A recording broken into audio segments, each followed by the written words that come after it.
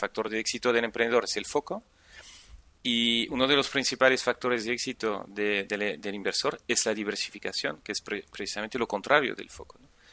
Entonces, muchas veces el emprendedor Business Angel novato empieza a invertir con mucho foco, entonces con poca diversificación, y luego pues se equivoca y lo pierde todo, ¿no? Eso es lo que a mí me ha pasado.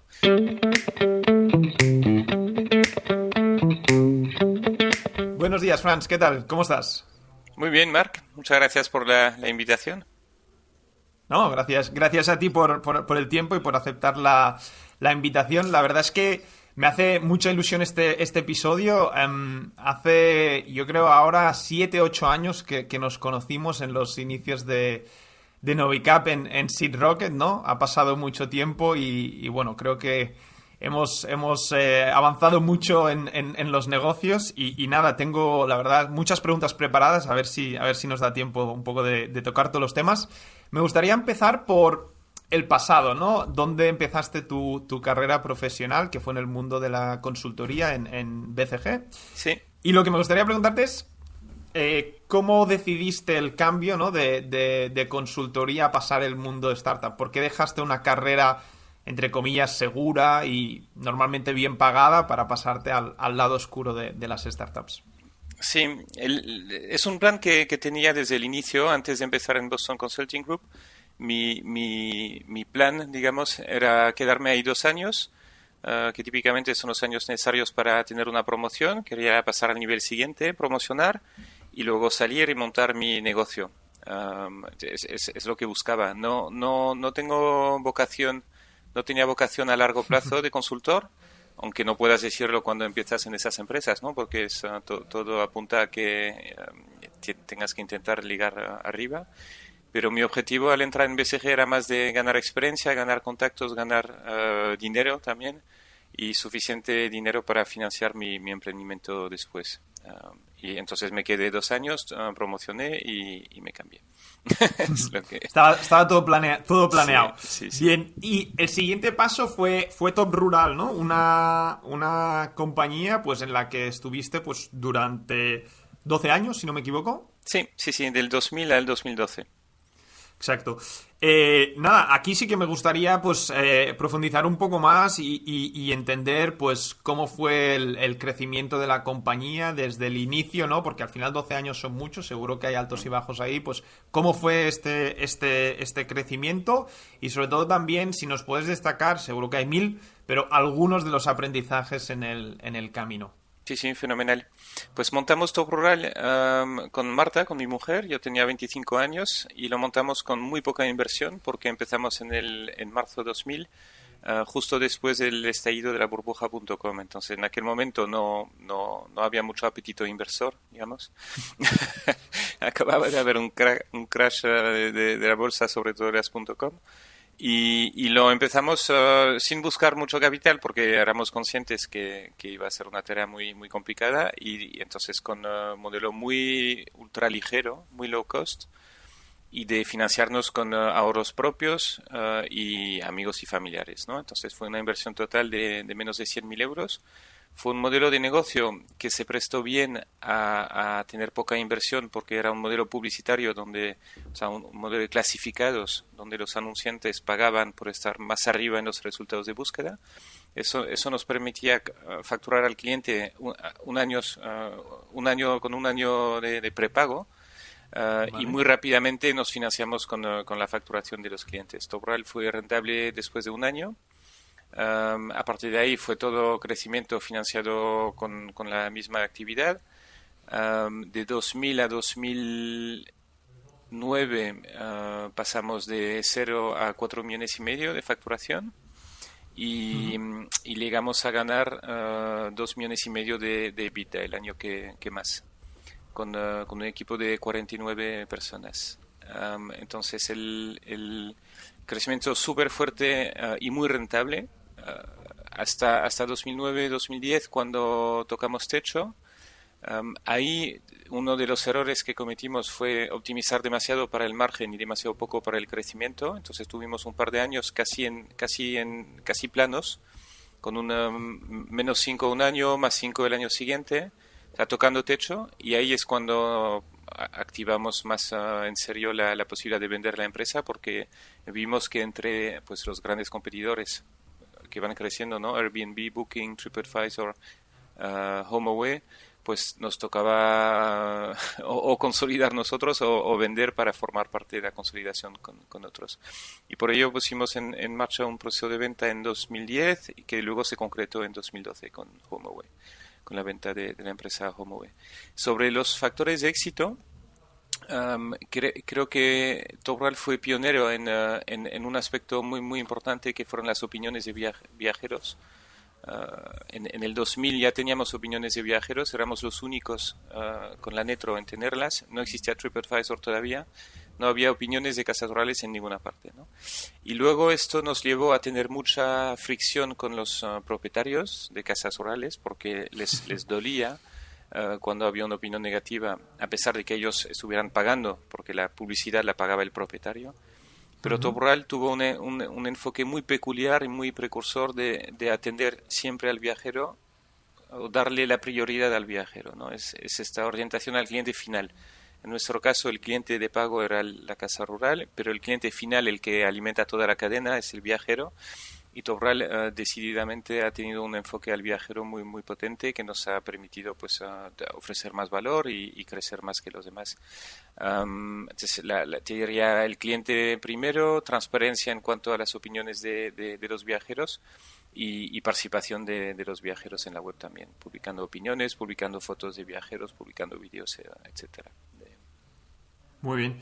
Y antes de entrar en la parte de la venta, que seguro que será muy interesante, me gustaría también quizá profundizar más en algunos aparte, has mencionado un error, pero no sé si hay otros errores que cometiste, como entiendo que era tu primera empresa, Sí, al menos sí, primera sí. empresa real. Algunos errores destacados de los que seguramente emprendedores que nos escuchen puedan aprender. Sí, sí, sí. Desde luego, uno es el que comentamos, el de priorizar el margen sobre el crecimiento. Yo creo que para una startup es fundamental dar preferencia al crecimiento antes que al margen a corto plazo. Vamos, el crecimiento es priorizar el largo plazo sobre el corto plazo. Otro error fue quizá crecer demasiado en personal. O sea, escalar en número de personas en lugar de escalar en automatización. En Topral, pues de 50 personas había 12 informáticos, lo cual era un equipo ya de tecnología potente, pero también teníamos 12 de contenido y otros tantos comerciales, ¿no? Entonces, a mi gusto, fue una organización demasiado intensiva en personal y demasiado intensiva en actividad comercial y de proactiva. Entonces, ahora mismo tengo un enfoque mucho más de automatizar las cosas para conseguir construir algo más grande con menos gente. Otro error fue no comprar otras empresas. Tuvimos en Topral 2 oportunidades de compra de otras empresas de un sector similar, donde pues no acabamos comprando porque ofrecimos demasiado poco, básicamente. Es lo de siempre, ¿no? Si el comprador ofrece poco y el vendedor quiere mucho, pues no se cierra el deal. A toro pasado, te diría, hay dos oportunidades donde claramente nos habría venido muy bien dar el paso, pero como emprendedor primerizo y que nunca ha comprado una empresa, al final te da mucha pereza el meterte en este lío de comprar otra empresa, integrarla. Y ahora como business angel o como socio en otras empresas, siempre les animo a dar este paso, a probarlo, porque una vez que lo has probado le quitas un poco el misterio. Es como emprender, ¿no? Antes de emprender te parece que va a ser imposible, Sí. no sabes por dónde empezar, pero una vez que has emprendido una o dos veces, pues ya ves que es algo como factible, ¿no? Se aprende. Pues lo mismo con las adquisiciones de empresas. Y te diría eso, yo creo que fueron los principales errores con Topral. Bueno, otro fue querer abarcar demasiado. Lanzamos la web con 5 patas, que era casas rurales, actividades, artesanía, productos locales, entonces con un plan muy muy amplio, y aquí el aprendizaje fue que es mucho mejor dar un servicio súper especializado, pero el mejor que cualquier otra alternativa, en lugar de ir ofreciendo muchos servicios, ¿no? Entonces Topral estuvo un par de años desarrollando el negocio en el tema del turismo de aventura también, y al final acabamos cerrando este intento. Creo que es mejor ser el número uno en algo que número dos en varias cosas. Claro. Súper interesante. Hay, en relación a la venta, hay un dicho típico en el mundo startup. De hecho, dos, y yo he escuchado los dos, ¿no? Una startup no se vende, te compran, y he escuchado lo contrario también, ¿no? Entonces, parece que tu experiencia, al menos la de Top Rural, va en una dirección, pero me gustaría tener tu opinión. ¿Crees que una startup se vende o te compran? Sí. ¿Cómo lo ves tú? O sea, yo he participado como cofundador en la venta de tres empresas ya, que son Top Rural, Rentalia, que es la web que montó mi mujer y donde yo era cofundador, y Aplázame, donde fui cofundador con Fernando Cabello Astolfi. Uh-huh. Y en los tres casos fue un proceso que iniciamos desde el vendedor, desde la empresa. O sea, no vino un comprador a preguntarnos por comprar la empresa, fue algo que iniciamos nosotros. Luego, como Business Angel, he hecho creo que tengo más de 15 exits, y me parece que la mayoría de las veces es la empresa que ha iniciado el proceso. Entonces, desde este punto de vista, o desde mi experiencia, te diría que claramente ha sido más una experiencia de que la startup se vende. Ahora, el punto contrario lo entiendo también. Pues se compran porque si no hay comprador, pues no la vendes. Y el que pone el precio al final y suelta el dinero es el comprador. Entonces también entiendo los que dicen que las startups se compran porque pues, en el fondo hay momentos en los que hay más apetito comprador y eso es el momento para vender. Y hay momentos en los que hay menos apetito comprador, pues entonces en este momento no es el buen momento. Claro. Y con toda esta experiencia, porque la verdad creo que hay pocas gentes en el mercado global en general, pero especialmente español, que hayan visto este número de exits que has visto tú. Entonces, para las startups que también nos escuchen y que, bueno, siempre puedes tener la duda, ¿no? Oye, ¿cuándo es el buen momento del exit? Y sobre todo, si quiero un exit, ¿qué hago? ¿No? ¿Por dónde empiezo? Porque claro, si te vienen a comprar es muy fácil, ¿no? Tienes un primer interés de alguien y en todo caso, pues quizá buscas ofertas competitivas, ya sea tú solo o a través de un banco de inversión y parece más guiada, ¿no? Pero si no tienes ningún tipo de interés, ¿cuál es el approach, ¿no? ¿Qué consejos darías a la hora de afrontar este reto? Te diría, el momento de vender, en mi opinión, es cuando vale más para el comprador que vale para ti.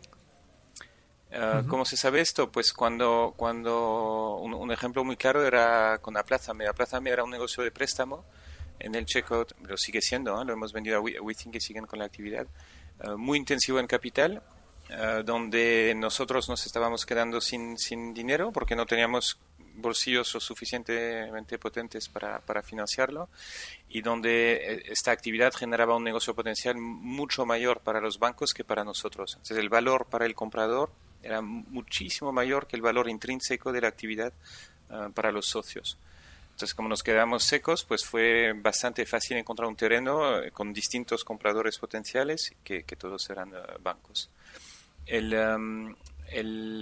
Pero por otra parte te diría también que donde mis primeros emprendimientos con Top Rural o Rentalia tenía más o menos claro que lo íbamos a acabar vendiendo, ahora con experiencia, con más edad y con una perspectiva más a largo plazo, pues me planteo perfectamente con Indexa seguir a largo plazo y no vender el negocio. Creo que también hay mucho valor en seguir siendo independiente, entonces que al final depende un poco del entorno competitivo, ¿no? En Top Rural claramente teníamos que unirnos con algún grupo líder a nivel mundial. En Indexa claramente la independencia tiene mucho valor para nuestros clientes, entonces nos permitirá llegar más lejos. Y luego, en cuanto a consejos para vender tu negocio, lo primero es un consejo que me dio Jesús Encinar en Top Rural hace mucho tiempo.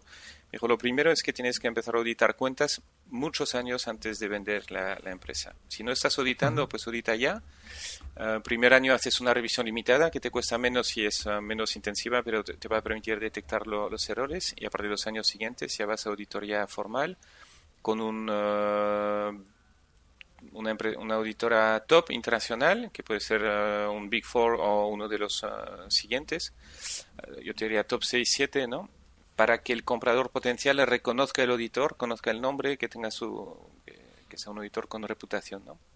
Y luego lo segundo es intentar identificar tus compradores potenciales años antes de la venta y ir a conocerles en persona, porque en el momento que tú quieras vender ya es tarde para establecer la relación. Son relaciones de confianza donde es más fácil si el comprador potencial te conoce personalmente desde hace años y ha ido ganando esa confianza en ti, ¿no? Entonces, te diría, aunque no quieras vender el negocio ahora, es interesante pues conocer a tus compradores potenciales a muchos años a la vista y aunque estén muy lejos ir a verles, ¿no? Eso es la historia donde nos fuimos a ver a HomeAway a Austin a tomar un café en 2007. Un café en Austin sale caro, ¿eh? Sí, sí, sí. Dos escalas, 3 vuelos y al final un día de reunión ahí, ¿no? Pero nos fuimos a Austin para que HomeAway nos conociese en persona y esto pues en 2007, cuando acaban comprando la empresa en 2012. O sea, 5 años antes ya fuisteis ahí y fuisteis ahí en plan, hola, venimos aquí a veros, venimos a vender la empresa, ¿o cómo fue un poco el approach que tomaste? La agenda nuestra era doble. Habíamos escuchado que iban a comprar una empresa en España y sin ni siquiera hablar con nosotros. Eso nos pensamos, bueno, pues obviamente han cogido un scout un poco malo y no ha hecho su trabajo de identificación, tanto para Tobral como para Rentalia, que eran las dos empresas líderes en su segmento en España. El primer objetivo era que nos tuvieran en el radar y el segundo que no compraran el competidor, sino que se plantearan comprarnos a nosotros. Entonces ahí vas a tomar un café lo típico que se dice cuando estás mirando una venta potencial, pues comentas que estás mirando opciones estratégicas. Dices que estamos mirando opciones estratégicas, que puede ser cualquier cosa, puede ser una venta total, venta parcial, una fusión, una compra, a lo mejor es compras tú o compras un competidor. Digamos que estás abierto a mirar opciones estratégicas. Y entonces nos preguntó, bueno, ¿y cuándo vais a estar en Austin? Entonces dijimos, bueno, pues por ahí a finales de mayo. Dice, fenomenal. ¿Qué día? Dice, pues el 29, ¿te parece bien? Sí, sí, fantástico. Pues el 29 a las 10 en nuestra oficina. Y ahí empezamos. Justo pasabais por Austin, ¿no? Exacto. el día 29. Muy bien, muy interesante. Entonces, quizá para mover un poco la conversación al siguiente tema que quería comentar, que es la parte de Business Angel, que también creo que es un tema bastante de moda y hay mucha gente pues que le interesa o que lo está haciendo o quiere hacerlo. Es un tema un poco complejo, ¿no? Y quizá para unas personas, como es tu caso, que venías ya del mundo, ¿no? Es más sencillo meterte ahí, pero quizá cuéntanos cómo empezaste tú a hacer Angel Investing, ¿no? Y por qué empezaste a hacerlo. Sí. Yo empecé a invertir en startups en 2007 porque conocí a Fernando y a Jesús Encinar, de Idealista. Sí. Teníamos pues modelos relativamente similares, nos llevamos muy bien y en algún momento nos planteamos la inversión de Jesús y Fernando en Top Rural y también mi inversión o la inversión de Top Rural en este momento en un negocio que estaban montando en aquel momento, un negocio de opiniones sobre negocio que se llama 11870. Entonces ahí empezamos a invertir inicialmente desde Top Rural, porque Top Rural ya tenía mucho beneficio, mucha caja, y invertimos el beneficio de Top Rural en participar en 11870.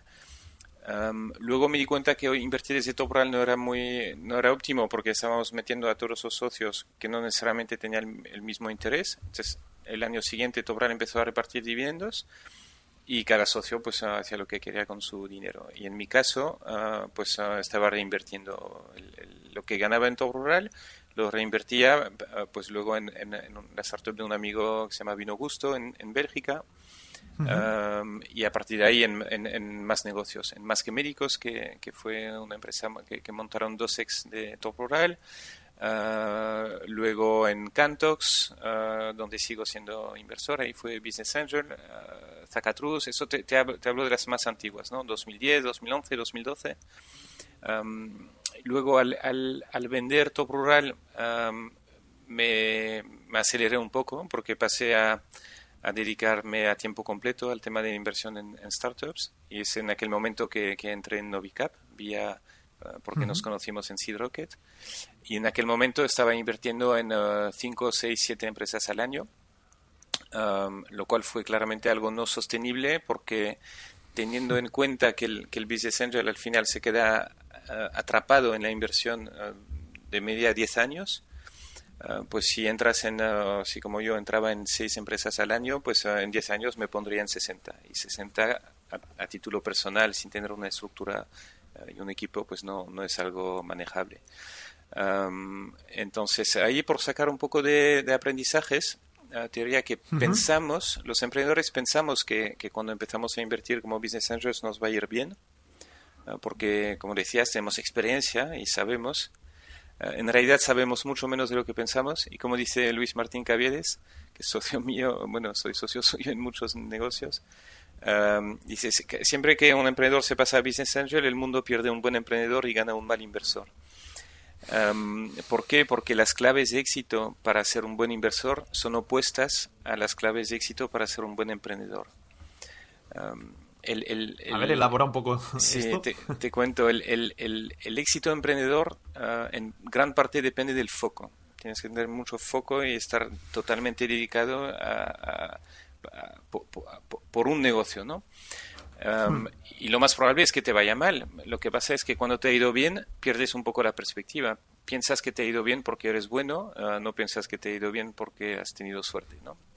Y es más, crees que después de que te haya ido bien a ti, pues vas a ser capaz de detectar a los demás que lo van a hacer bien y que vas a ser capaz de invertir en los proyectos buenos. Cuando en realidad la capacidad de montar tu negocio de éxito, pues en parte es capacidad y en gran parte es suerte. Y además es una aptitud totalmente distinta a la capacidad de detectar el éxito potencial ajeno, ¿no? Es otra actividad donde llegamos con la desventaja de pensar que sabemos cómo funciona. Entonces, típicamente el emprendedor se cree el rey del mambo, entra como business angel y además cree que sabe más del negocio que el emprendedor que lo está montando. Que es, algo tremendo. Eso es, el business angel novato es un peligro, digamos. Y yo estuve ahí, entonces pensé en mis primeras inversiones, pues me equivoqué porque invertí demasiado, entonces con poca diversificación. Así por acabar el punto sobre el factor de éxito del emprendedor es el foco. Y uno de los principales factores de éxito del inversor es la diversificación, que es precisamente lo contrario del foco, ¿no? Entonces muchas veces el emprendedor business angel novato empieza a invertir con mucho foco, entonces con poca diversificación, y luego pues se equivoca y lo pierde todo, ¿no? Eso es lo que a mí me ha pasado.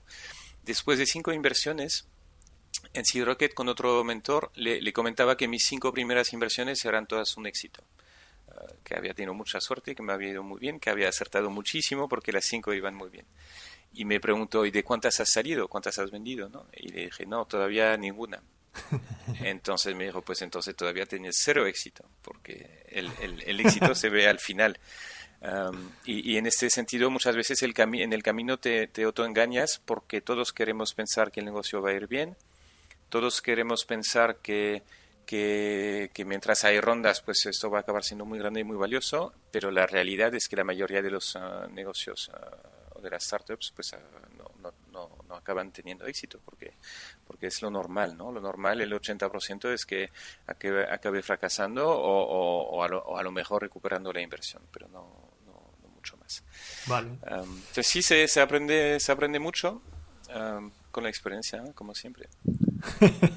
Sí, ¿no? Hasta que no lo has hecho muchas veces. En total, ¿cuántas inversiones has hecho como Business Angel aproximadamente? Entonces, he hecho más de 45 en directo y Vale. he hecho 13 vía Be-Water Funds. Vale, entendido. Quizá un par de preguntas, ¿no? Porque has dicho que empezaste en el mundo de Business Angel o de inversiones en startups en 2007, donde aún estabas en Top Rural, ¿no? Y aquí hay un par de cosas que al menos he escuchado y que me gustaría que me des tu opinión sobre el tema. Una es, si haces de Business Angel y te lo tomas en serio, tienes que hacer muchas inversiones para llegar a una diversificación mínima, ¿no?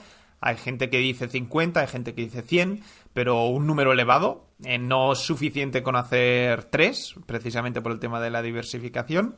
Y el comentario que va muy ligado a este primero, que es invertir como business angel no es o no puede ser un side job, ¿no? O es difícil que sea un side job, ¿no? Porque precisamente si tienes que hacer muchas inversiones, te llevan mucho tiempo y, bueno, al menos... o sea, lo puedes combinar con otro trabajo, pero no con otro trabajo que sea full time como el de emprender.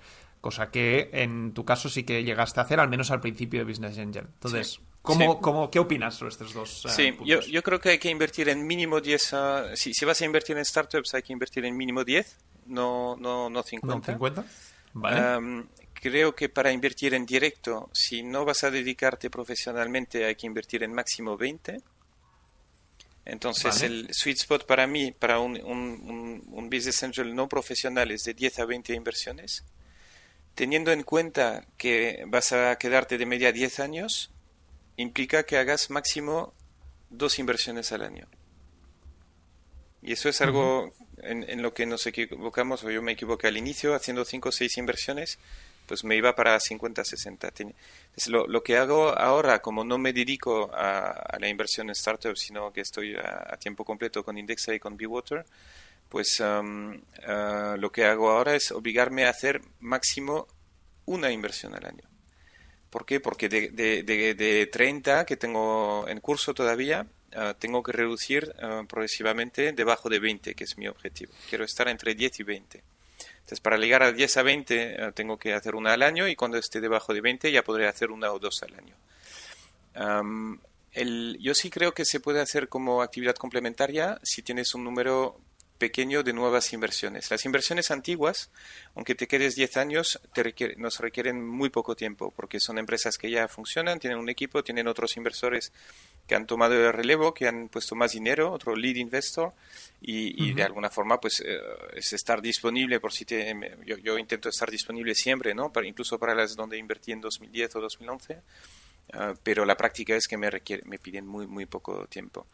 Lo que requiere más tiempo es el inicio, porque ahí estás negociando pacto de socio, hay más temas que poner en marcha y el emprendedor suele pedir más consejo también. Entonces, yo sí creo que es compatible a condición de hacer en directo una o dos inversiones al año. Y luego el resto, yo tengo mucha diversificación complementaria gracias a BeWater Funds, que es una plataforma donde al final es una forma de coinvertir con otros que se lo están, donde hay un equipo que se lo está mirando por ti. Y Claro. también es otra fase de inversión, es una fase más posterior, donde hay menos riesgo. Claro, porque solo para profundizar en este tema, 20, ¿por qué crees que 20 inversiones es suficiente diversificación teniendo en cuenta que como Business Angel entras en etapas muy tempranas, ¿no? Sí, sí. Es más una limitación de tiempo Ah, vale. y de dinero. El, el, También hay que ver cuánto va a ocupar esta parte de tu cartera, ¿no? La inversión en startups, en principio, no debería ocupar más del 10% de tu patrimonio total. Claro. ¿Por qué? Porque es una inversión de muchísimo riesgo, es una inversión no líquida. Entonces, para inversión no líquida y de mucho riesgo, pues conviene limitarlo a una pequeña parte de tu cartera. Entonces, siendo un 10% de la cartera, pues es algo que puedes asumir a perder. Y luego con 20 en principio, si te va, pues es verdad que hay una de 10 que va a ir excepcionalmente bien, de media. Si estás solo en 10 puede que no la pilles, justo pero en 20 yo creo que ya hay una probabilidad suficiente. Obviamente 40 es mejor que 20 en cuanto a diversificación y 60 es mejor que 40. Lo que pasa es que estar en 60 también genera un coste en tiempo mucho más alto, que yo creo que salvo si te dedicas profesionalmente a esto, pues no se puede Y el asumir. capital requerido es muy elevado, ¿no? Ahora mismo en España, ¿qué tickets estás viendo más? ¿O qué rango de tickets estás viendo en Sí, el mundo Business Angel sí. más habitual? Veo de todo, pero sobre todo veo gente que pone tickets demasiado grandes y que no los podrá mantener en el tiempo. El cálculo, imagínate que alguien tiene un patrimonio de 1 millón, por poner un número redondo. Si esta Ujú. persona piensa invertir un 10% de su patrimonio en empresas no cotizadas en fase inicial, pues nos vamos a 100.000. Si esos 100.000 los piensas invertir en los 10 próximos años, que es el tiempo que es el ciclo medio para el exit, pues te deja 10.000 para invertir cada año. Y si luego piensas que vas a hacer una o dos inversiones al año y que además va a haber follow-ons, pues de 10.000 al año te quedas con un ticket de máximo 5.000. Lo que pasa es que tickets de 5.000 hay muchas empresas que no los aceptan, ¿no? Claro. Entonces es difícil encontrar este equilibrio entre diversificación, no invertir demasiado rápido y quedarte seco, sino tener un plan a 10 años. Eso es, yo creo que lo fundamental. El primer paso es el asset allocation, es limitar tu porcentaje de tu patrimonio que va a ir a este tipo de inversión. Y el segundo es trocearlo en 10 años y obligarte a tener esa disciplina de no invertir más del 10% cada año. Yo personalmente hago tickets más grandes porque me ha ido muy bien, he ganado mucho con Top Rural, con Rentalia, con Aplázame. Las inversiones también me han ido bien, entonces por patrimonio puedo dedicarle un importe mayor. Y luego porque además tengo la coinversión del Fondo Europeo de Inversión, que coinvierte conmigo como en todas mis inversiones y que me permite invertir el doble de lo que invertiría yo solo. Entonces, en general, pues intento tener el 5% de la startup en la que invierto mínimo y invierto tickets entre 100 y 150.000, que es mi ticket típico, digamos. Vale, perfecto, entendido.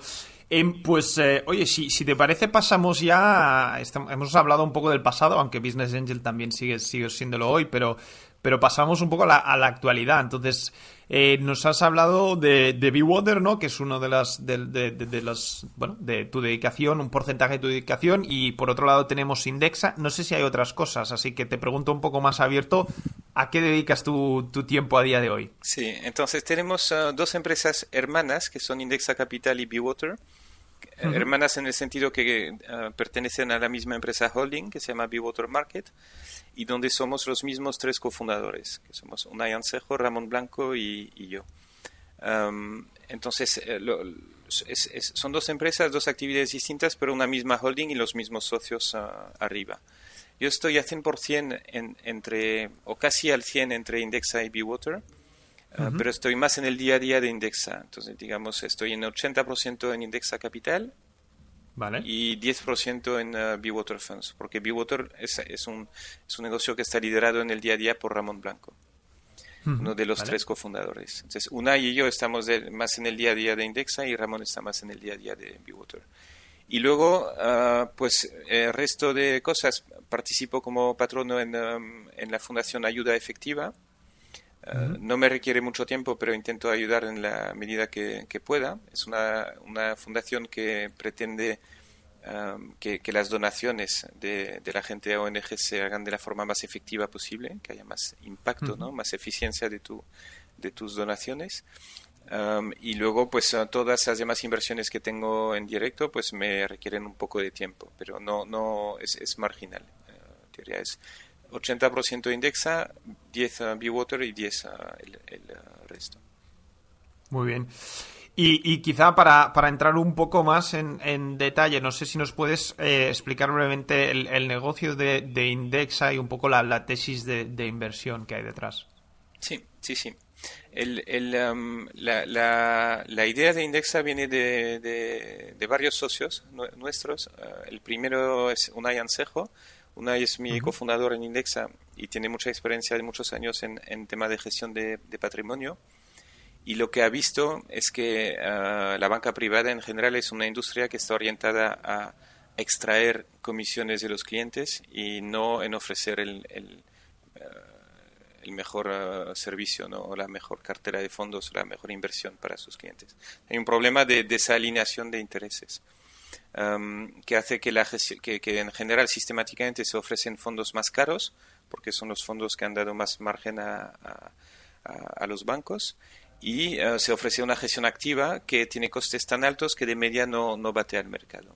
Entonces, digamos, lo que te ofrecen los bancos son fondos caros y con peor rentabilidad que el mercado. Entonces, a partir de ahí la conclusión es: pues ¿para qué vas a pagar caro a alguien que te va a dar una rentabilidad menor que la media si gracias a los fondos indexados puedes invertir en el mercado con menor coste y gracias a esos menores costes pues una mayor rentabilidad? O sea, el resumen de Indexa es menos costes y más rentabilidad. Y los menos costes los conseguimos a base de invertir en fondos indexados, que son fondos que replican un índice, donde compras el mercado, en lugar de pagar a un gestor que elige en qué acción invertir, pues lo compras todo, en su proporción. Tienes más de las acciones más grandes.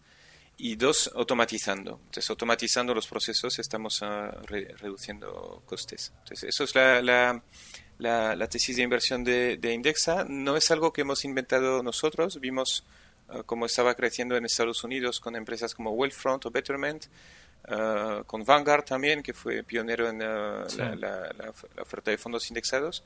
Pero lo que fuimos los primeros en hacer es adaptar este modelo a España desde 2015 y entonces fuimos el primer gestor automatizado independiente en lanzarse en España. Bueno, el primer gestor automatizado en general. Luego han salido muchos bancos a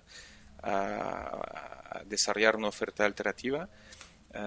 Y hoy, pues por darte unos números, ¿no? Estamos en 900 millones de euros gestionados. No está mal. Lo cual es mucho por una empresa que lleva solo 5 años.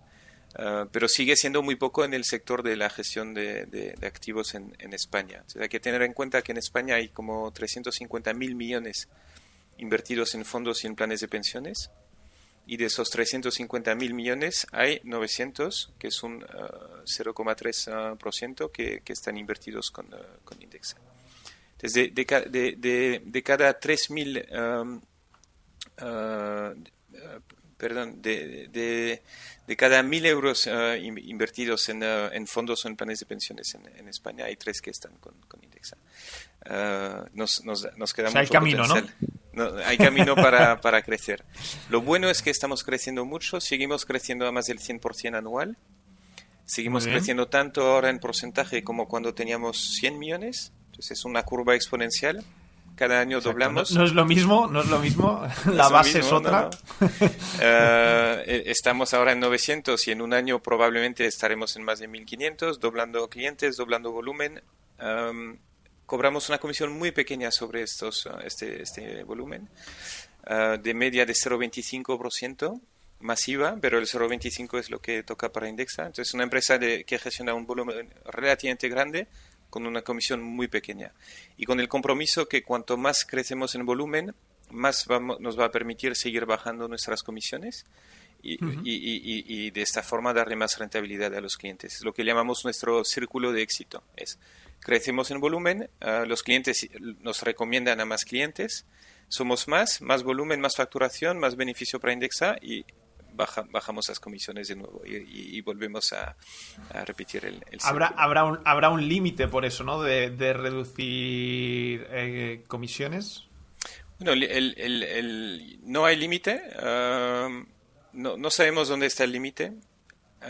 Pero sí sabemos que cuanto más grandes somos, más podemos pagarlas. Las bajamos todos los años. Ahora hemos cogido la sistemática de anunciarlo en diciembre. El 1 de enero bajamos las comisiones en casi todos los servicios. Y pues ahora mismo igual bajamos un punto, un 0,01% de un coste de algún servicio. Pues cuando le vemos muchos años nos tocará bajar medio punto. Y luego en algún momento 0,25 es... Está claro. Pero hay mucho potencial para crecer. Y luego muy destacable también hemos conseguido ser los primeros gestores automatizados independientes en llegar a rentabilidad de nuestra empresa. Es decir, Indexa Capital ya es una empresa que tiene beneficios, que no necesita hacer rondas o no necesita aportaciones de capital exterior para seguir creciendo, y eso nos permite ser mucho más sostenibles que otros que están pues ofertando precios bajos a base de perder muchos millones perder dinero cada año. Sí. Eso te iba a preguntar un poco, no sé si nos puedes explicar un poco más. A mí siempre me gusta esta parte también.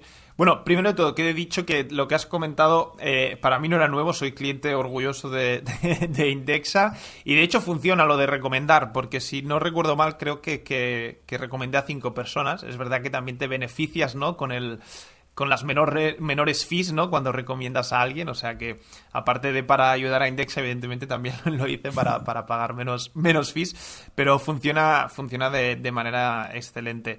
Y no, lo que te quería preguntar, si nos puedes contar un poco más sobre las entrañas, ¿no? Ya nos has dicho el volumen al que habéis llegado, habéis entrado en beneficios, que es otro milestone muy importante. No sé, a nivel de pues accionariado, empleados, planes de futuro, bueno, un poco cómo lo tenéis montado todo y cuál es vuestra visión o próximos pasos. Sí. Entonces, los socios somos los tres cofundadores, donde con casi un 50% del capital. Luego tenemos a Caviedes, que tiene un 20%. Caviedes ha estado con nosotros desde el inicio. Y incluso han formado parte del push inicial para animarnos a montar Indexa. Unai tenía esta idea de hay que ofrecer gestión automatizada indexada y tanto José como Luis Cavieres no paraban de decirme Bwater está muy bien, pero lo que hay que hacer es Indexa. Ellos lo tenían muy claro. Después de Cavieres, que tiene un 20, tenemos varios Family Office. Tenemos a Pedro Luis Uriarte, que fue CEO del BBVA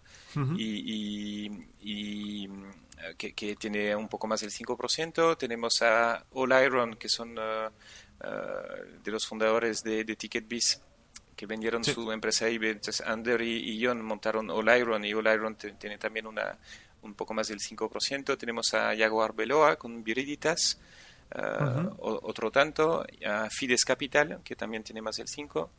Entonces ves varios family office o fondos, pero más de familia que juega su propio dinero. Claro. Nos importa mucho el skin in the game, que la gente que nuestros inversores estén comprometidos con su propio dinero, no gestionando lo que llamamos el OPM. El OPM es el Other People Money. Siempre es más fácil invertir con OPM que con tu propio dinero, y preferimos inversores que están jugando su propio dinero. Y luego tenemos más socios, empleados, asesores o amigos de fase inicial. Entonces, entre los asesores tenemos también a Manuel Conte, el ex vicepresidente del Banco Mundial y presidente de la CNMV, es árbitro independiente ahora. Tenemos a Luis Vicera, que es vicedecano de Harvard Business School, y también como asesor a Luis Martín Caviedes, que además de inversor inicial, también es asesor en el comité asesor. Luego de equipo somos 16, de los cuales casi la mitad son técnicos. O sea, hay mucho trabajo de automatización y de desarrollo. No hay comerciales.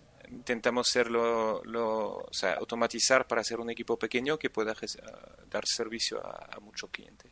Ahora somos 16 personas a tiempo completo para 37.000 clientes. Y de planes de futuro, pues hemos sacado 4 servicios en 5 años. Entonces, a nivel de diversificación de la oferta ya hemos hecho mucho.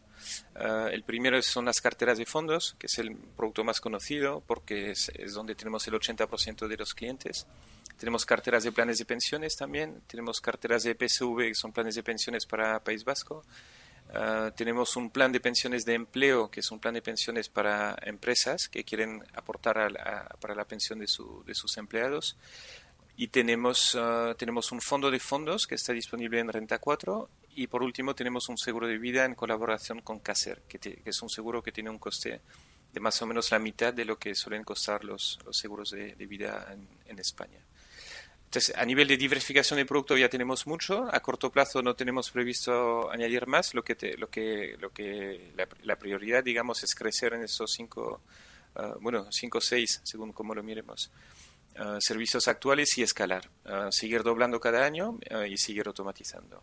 Entonces, donde estamos en 900 millones gestionados ahora, pensamos que a medio plazo, en menos de 5 años, podemos estar en 10.000 millones, y con 10.000 millones gestionados seríamos la gestora independiente más grande en España.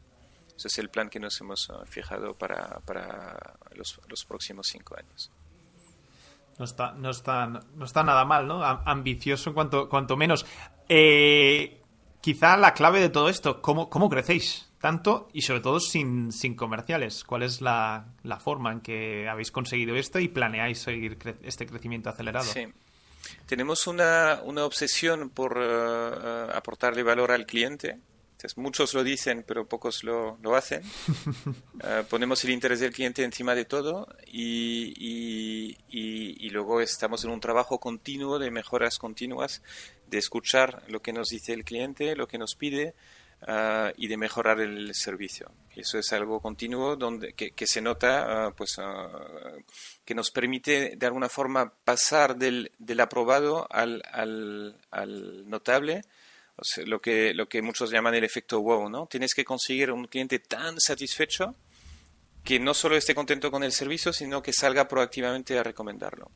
Entonces, la palanca de crecimiento son nuestros clientes y el programa de invitación, ¿no? Que comentabas antes, donde el cliente puede invitar a amigos y familiares y ambos se benefician de un descuento de comisiones, tanto el invitado como el invitador. Entonces, la combinación de servicio orientado al cliente y el cliente muy contento, no solo contento, pero muy contento, ¿no? Con 4,9 estrellas en Google, por ejemplo, más de 300 comentarios. O sea, es muy raro que un servicio financiero consiga una satisfacción de cliente tan alta. Y combinado con un sistema de invitación, pues hace que los mismos clientes sean los que invitan a más clientes y que esté creciendo la bola. Y eso explica que sigamos con un crecimiento exponencial, porque cuanto más clientes tenemos, a más gente llegamos de forma indirecta.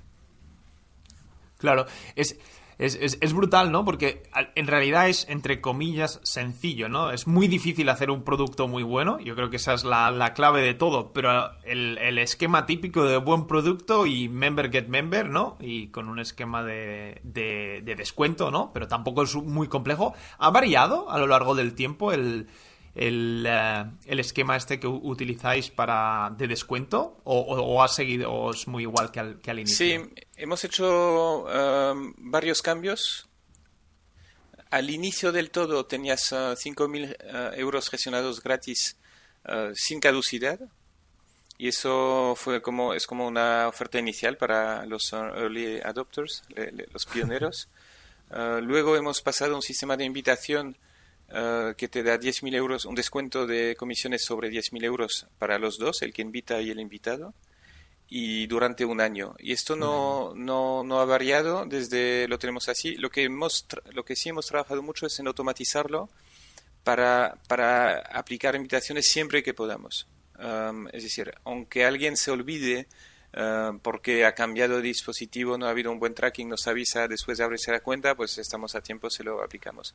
Un padre le abre una cuenta para sus hijos, una madre abre una cuenta para un menor y automáticamente le aplicamos la invitación del representante legal al menor, ¿no?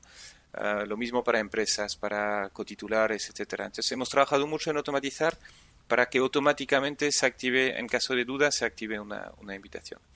Y luego hay otro empujón, que es que cuando caduca tu invitación inicial, o antes, pero te avisamos y puedes ir sumando más. Es decir, la invitación no es una invitación única, tú puedes tener un descuento por invitado y luego tantos descuentos como invitador como quieras, ¿no? Y eso se va acumulando y se va activando automáticamente en la cuenta. O sea, hay mucha inversión en este programa de inversión en tecnología, ¿no? Digamos, en que eso funcione Parece bien. sencillo, ¿no? Como siempre, y no Sí, lo es, ¿no? sí, no, yo estoy convencido que hay que tener muchísimo cuidado por los detalles, sobre todo los detalles que afectan al cliente, y en ese sentido me considero obsesivo perfeccionista, es decir, que son dos cosas que en principio tienen connotación negativa, pero que en el contexto de la atención al cliente yo creo que son cualidades. Es tener... No dejar las cosas un poco así a medio hacer, hay que seguir puliendo siempre mejorando, para que el cliente tenga esta experiencia de top, ¿no? de tu servicio. Claro. Entonces, Quizá una pregunta del contexto actual, ¿no? Se habla bastante, bueno, en todos lados, en noticias financieras, sobre una potencial inflación, ¿no? De las acciones, ¿no? Que el money printing que se ha hecho en la impresión de dinero que se ha hecho en España o en Estados Unidos está afectando a los precios de las acciones. Entonces, bueno, quizá la primera pregunta sería, bueno, ¿qué piensas tú sobre esto? Pero sobre todo me interesa saber, para alguien que tiene unos buenos ahorros, ¿no? Y se está planteando empezar a invertir, ¿qué le recomendarías, ¿no? Hay la opción de decir, oye, empiezo y si he decidido con 20% de mi portfolio tener que ir en fondos indexados a través de Indexa, ¡pum!, lo meto de golpe. Hay la opción de la transferencia recurrente. Bueno, un poco, no sé, ¿cuál es tu opinión y qué recomiendas? O sea, sobre la cantidad de impresión de dinero, ¿no? Por los bancos centrales, está claro que esto tiene un impacto que hace subir los precios en todos los activos, ¿no? Lo que pasa es que ahí no descubrimos nada que no sepan los demás. Es decir, hay más dinero, hay una presión hacia arriba sobre los precios porque hay más demanda. Y lo que no sabemos es qué va a pasar en el futuro. Entonces, es verdad que los precios han subido mucho. Nosotros en Indexa estamos convencidos que no sabemos prever qué van a hacer ahora, y también estamos convencidos que nadie lo sabe hacer con cierta seguridad. Es decir, en todo momento hay un equilibrio, en eso consiste el mercado, hay vendedores y compradores, hay millones de personas activas y formando precios de forma activa. Y nosotros nos podemos beneficiar de ello simplemente indexando, es decir, replicando, comprando el mundo y dejando pasar el tiempo. Entonces, nuestra recomendación siempre es de no hacer market timing, no intentar acertar en el momento. El S&P, el Standard & Poor's 500, que es el índice principal de la bolsa americana, está en máximos, es verdad, pero también es cierto que lo normal es que esté en máximos. En su historia ha estado en máximos a mitad del tiempo porque es un índice que tiende a subir a largo plazo, y si esperas a que baje para invertir, pues puede que puedas esperar sentado mucho tiempo, ¿no?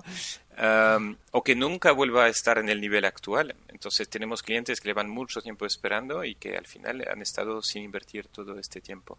Nuestra recomendación siempre es empieza a invertir cuanto antes, no intentes acertar en el momento. Lo primero, pues da el primer paso, ábrete la cuenta, aunque no empieces a invertir, pero te abres la cuenta, la tienes ahí lista.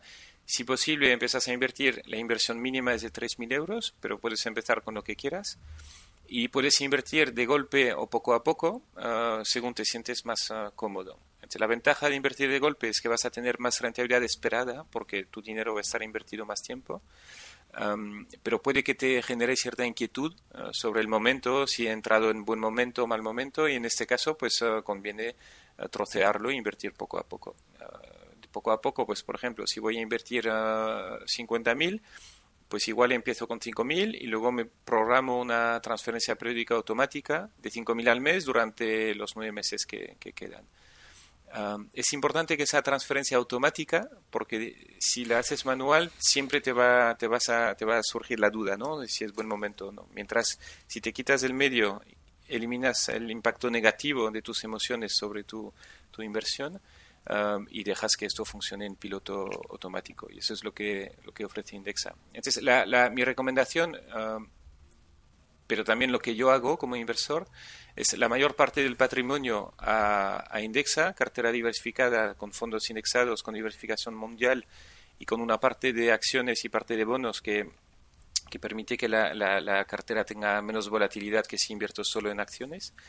En mi caso tengo mucho metido también en Be-Water Funds porque cualifico como inversor profesional, entonces tengo acceso a esta plataforma también. Y además soy cofundador y consejero y estoy en el equipo del comité de inversión. Y luego la gestión activa o el stock picking o inversión en startups, todo lo demás debería ser una proporción pequeña porque típicamente es una inversión mucho más arriesgada y menos diversificada también. Entonces, lo que aporta Indexa al final es diversificación global, pero con miles de empresas. Realmente con tu cartera de 5.000 al inicio, pues o de 3.000, ya tienes 2.000 acciones en cartera. Con una inversión de Claro. 5.000 tienes 2.000 acciones, miles de bonos y una diversificación global en distintos sectores, distintas regiones, distintos incluso tipo de activos, ¿no? Entre bonos y acciones, que es en principio lo que te da mejor rentabilidad por riesgo a largo plazo. Claro. Si no me equivoco, ¿cómo funciona esto? Haces el test de inversor, ¿no? Y te asigna una cartera y cada cartera tiene, pues, unos bonos, unos fondos indexados, etc. Si no me equivoco es así, ¿verdad? Sí, sí, empieza con un test de perfil Ujú. donde el cliente responde a 10 preguntas que nos permiten estimar su capacidad de asumir riesgos y su voluntad también. Hay una parte objetiva que es la capacidad y para ello preguntamos por el salario, los ahorros, patrimonio, el cuánto se va en gastos, etcétera. Y luego Ujú. la voluntad es si quiere asumir más o menos riesgo y también si está dispuesto a perder más o menos dinero, ¿no? En función del riesgo. Entonces, con este test de 2 minutos, que es un test anónimo además, donde pedimos muchos datos de patrimonio, pero no tu nombre y tu email todavía, te estimamos un perfil de riesgo de 1 a 10 y te proponemos una cartera ya con todo detalle, ¿no? De en qué fondos va a estar invertida la cartera, qué costes tiene, qué rentabilidad histórica ha tenido, qué expectativa de rentabilidad tenemos para el futuro a largo plazo.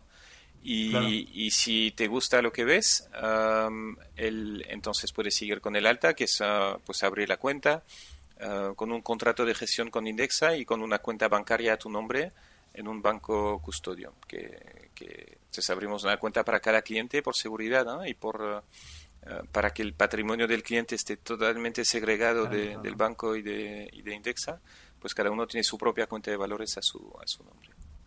¿Y está garantizado el patrimonio en esta cuenta hasta un cierto valor? Sí, tienes dos garantías. Hay una garantía del Fondo de Garantía de Inversiones sobre la cartera con Indexa, sobre el conjunto de la cartera. Ujú. Y ahí la garantía es de hasta 100.000 por titular.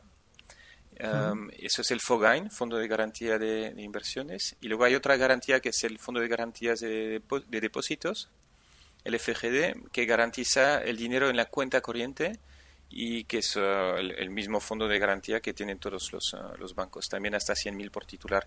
También te diría que no importa mucho esa garantía, siempre es bueno tenerla, pero no importa mucho en nuestro caso porque como los activos están segregados, están fuera de balance, tanto del banco como de Indexa, pues en la práctica, pase lo que pase, aunque quiebre el banco, aunque quiebre Indexa, pues tus activos están a tu nombre y no debería haber No debería haber problema. problema. Pero Y quizá por último aunque lo sobre... hubiera, pues tienes ahí los fondos, sí, de garantía. Está garantizado.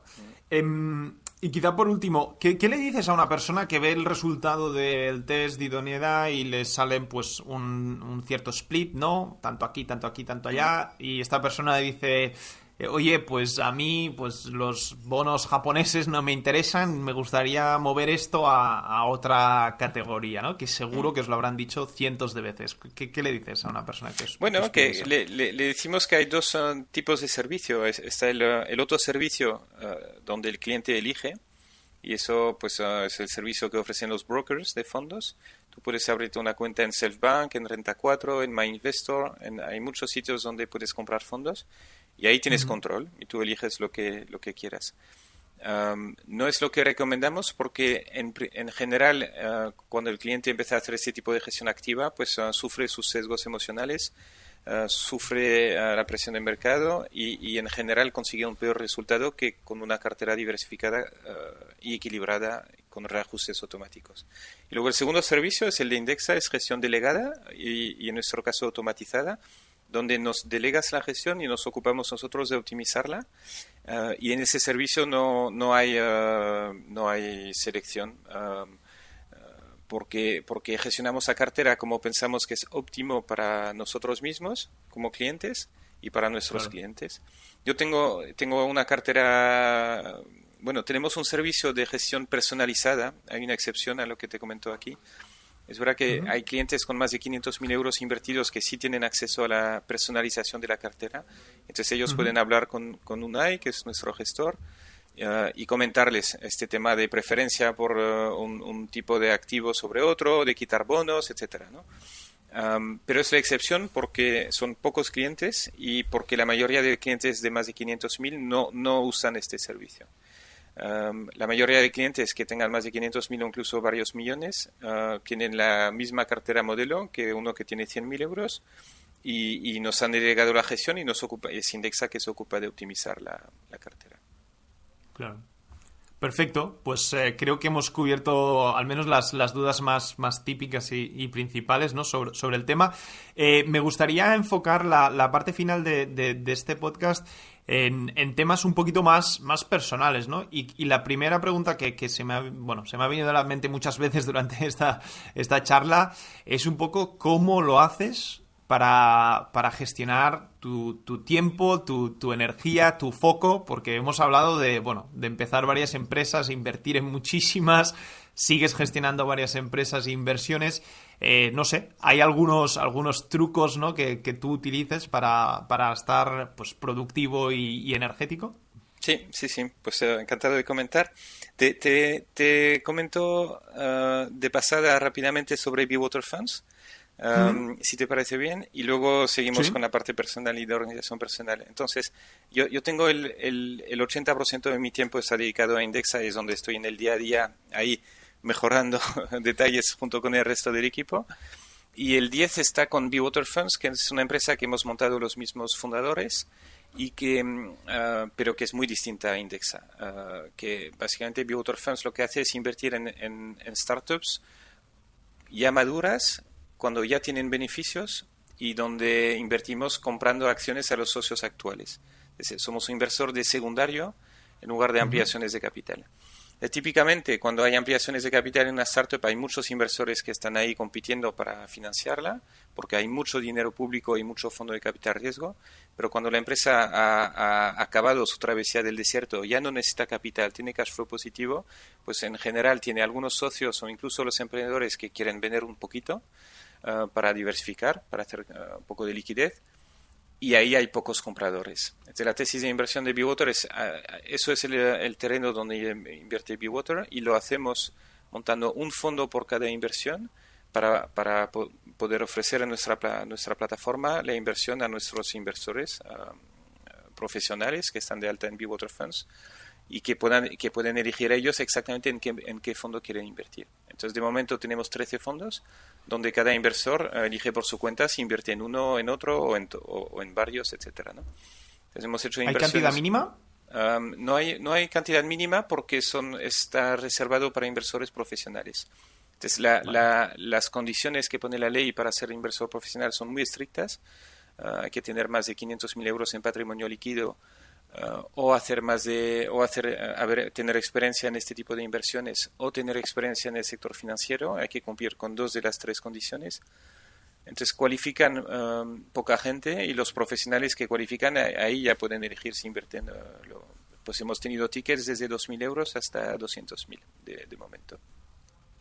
Hemos hecho 13 inversiones en 13 empresas con cash flow positivo o a punto de. Y estamos ahí creando un nuevo fondo cada 2-3 meses más o menos, con la idea de dar liquidez del lado startups, a gente que quiere vender, y también de dar liquidez a nuestros inversores, porque los que invierten en un fondo luego pueden comprar o vender participaciones en la web. Entonces no es una inversión más líquida, en el sentido que no necesariamente tienen que esperar hasta que haya un exit para ver el dinero volver, sino que en algún momento pueden publicar un interés de venta de sus participaciones, y a lo mejor otro inversor les puede comprar. ¿Y funciona vía el éxito para estos inversores de Be-Water siempre es vía un exit final, o también hay casos de empresas donde hay, no sé, dividendos o otras opciones de obtener liquidez sobre estas participaciones? Habrán dividendos, no lo hemos tenido todavía porque son empresas de crecimiento todavía que están reinvirtiendo. También hemos tenido rotación de inversores que han vendido su participación y ya han tenido su propio exit. Tenemos unas cuantas, es algo que facilitamos tanto que ocurre pues cada semana tenemos alguna transacción. Y Vale. también hemos tenido un éxito completo con Gana Energía, donde es una empresa donde acabábamos de invertir y se ha vendido a Repsol hace poco tiempo. Entonces, habrán los tres: dividendos, lo habrá en algún momento, secundarios entre inversores y exit completo. Exit final. Entonces es un negocio, pues yo creo que es un negocio muy interesante, muy complementario para inversor profesional, family office, business angels también, que quieran tener más diversificación que con la inversión en directo, y también más liquidez, no necesariamente quedarte atrapado ahí los 10 años. Y Claro. luego sobre la organización, pues obviamente me ha costado mucho compaginar los distintos empleos, las distintas actividades. He ido recortando muchísimo para tener tiempo. También te digo que siempre he sido como muy trabajador, entonces no me requiere un esfuerzo especial estar trabajando mucho. Viene de ¿Te fábrica. gusta? Sí, estoy en ello. Y luego hago deporte. Tuve un problema al inicio del Top Rural, es que empecé a emprender, me cambié de país, de Bélgica a España, y dejé de hacer deporte. No hacía mucho, pero lo dejé por completo. Y en un año ya empezaba a tener problemas de salud. Entonces, desde entonces, pues he retomado el deporte y pues salgo en bici casi cada domingo. Rutas largas, me gusta muchísimo salir en bici, hacer tanto mountain bike como gravel o carretera. Juego al pádel, entonces para mí el deporte sí que forma parte de mi equilibrio, porque necesito estar en actividad física también.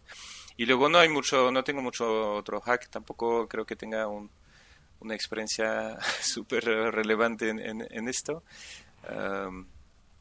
Sí, creo que al final es importante encontrar un equilibrio personal, porque esto es una carrera de fondo.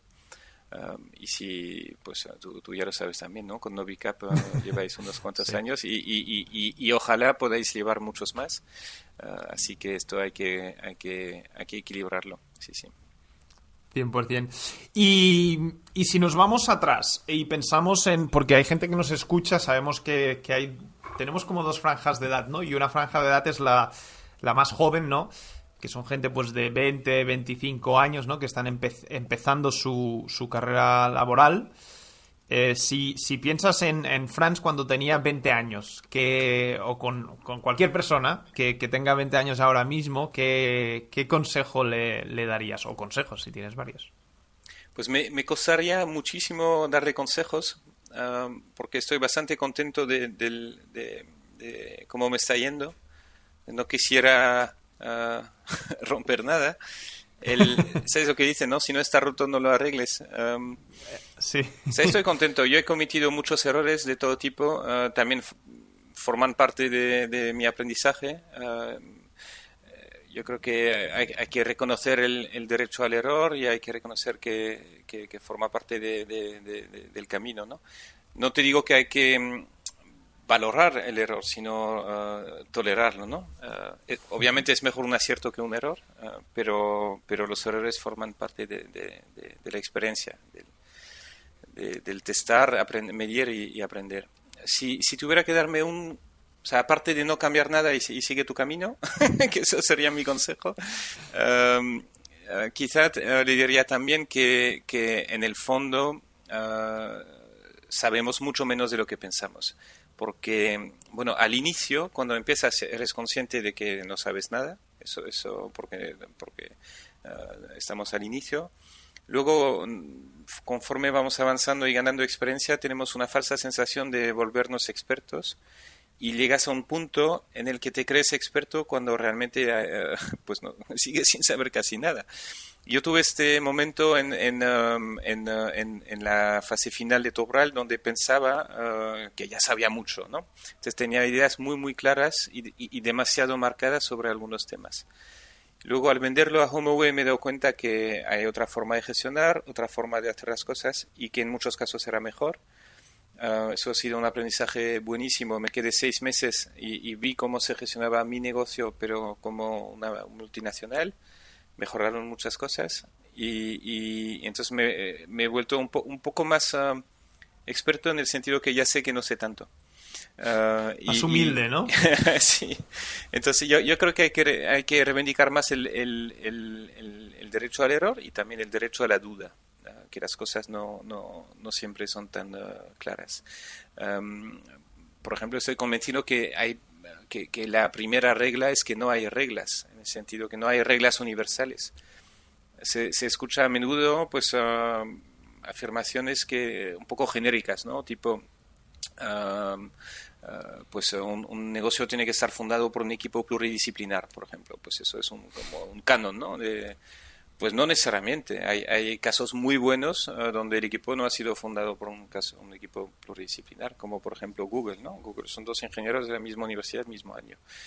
Otro caso personal que yo he vivido en primera línea es Tiendeo. Son 3 fundadores, Eva, María y Jonathan, donde los 3 pues son la misma carrera también, ingeniero aeronáutico bueno, no estoy seguro que fuera aeronáutico. 3 ingenieros, misma carrera y además nacidos el mismo día, 14 de febrero. Entonces, sí, yo creo que con la experiencia vas viendo que no hay reglas universales, que en realidad hay que probar, medir y aprender, ¿no? Y que lo que aplica en un caso no necesariamente aplica en otro. Sí, es lo bonito también de que van pasando los años, ¿no? Y vas viendo que cada situación es un mundo y las reglas universales se incumplen, ¿no? Un tema que comentamos en Seedrocket también cuando nos conocimos probablemente es que pasas por ahí y tienes un montón de mentores o business angels, emprendedores que todos creen saber cómo hay que hacer las cosas, ¿no? O pensamos. El mismo día uno te puede decir blanco y otro te puede decir negro, ¿no? Uno te puede decir A y otro te dice B. ¿Por qué? Porque tienen experiencias distintas y un sesgo de confirmación donde creen que la generalidad obedece a lo que ellos han experimentado. Lo mismo me pasa conmigo. Entonces, uno de mis primeros consejos cuando alguien me pide consejo es no hagas caso de mis consejos, porque mi probabilidad de equivocarme es altísima, como cualquier, ¿no? Yo estoy contento si acierto con un 51%, porque ya es más que el 50-50, ¿no? Entonces, siempre les digo a los emprendedores, pregunta, consulta, escucha, pero no hagas nada con lo que tú no estés convencido, porque al final no hay reglas universales y tienes que seguir tu propio camino. Claro. Sí, también otra cosa quizá que nosotros que hemos visto a lo largo de los años, no sé si la compartes o no, es que tampoco, o sea, preocuparse por acertar un 100% de los casos tampoco vale la pena, porque no vas a acertar un 100% de los casos, y quizás se trata más, y esto es algo que he leído, creo, no sé si era de Warren Buffett o Charlie Munger, pero que dicen que al final se trata de no cagarla demasiado, ¿no? O de no hacer cagadas que sean irreversibles, ¿no? Y yo sinceramente eso sí que creo que es bastante cierto, ¿no? Que, ostras, no te preocupes, a veces hay que tomar decisiones y tirar para adelante, porque parte de ser emprendedor es pues sacar trabajo y moverse rápido y bueno, hacer cosas, ¿no? Y al final lo único que tienes que preocuparte quizá son esas decisiones que son irreversibles, ¿no? De que no puedes volver atrás y modificar. Si es reversible, tira para adelante, ¿no? Y bueno, y básicamente esto. No sé si resuena con tu con tu experiencia. Totalmente. Es una gestión de riesgo que aprendemos mucho más en el sector financiero, pero que no es muy común en el sector startups. Y eso es en parte culpa de los inversores, te diría, porque hay un problema de desalineación entre inversores y emprendedor. Tú como emprendedor tienes la obligación de llevar tu negocio, de intentar llevar tu negocio a buen puerto y de no jugártelo a doble y nada a cada año. No estás diversificado, estás concentrado en un negocio y en beneficio de tus socios, de tus empleados, de tus clientes, pues hay que gestionar esto con un riesgo controlado, ¿no? El inversor, a cambio, pues está en 20 negocios, en 40, en 60, está diversificado. Aquí, que quiebres o no, pues da más o menos igual en el fondo. Lo que busca es un por 10 o un por 20, entonces te va a empujar a tomar un riesgo que no necesariamente es el óptimo para ti. Y típicamente, pues cuando un inversor te dice hay que expandir, hay que internacionalizar, hay que comprar, todas son decisiones que te aumentan el riesgo y que te aumentan tu dependencia de la financiación también. Entonces, cuando un venture capital dice hay que internacionalizar, en realidad no necesariamente piensa que hay una oportunidad, pero sí, bueno, sí para él, que si se internacionaliza se va a quemar más dinero y hará falta más rondas, ¿no? Entonces sí, yo te diría que es verdad, es diferenciar los riesgos de muerte de los riesgos asumibles. Y los de muerte, en principio, no hay que asumirlos. No tiene sentido jugarte tu negocio a un doble o nada, aunque algunos inversores te empujen a hacerlo.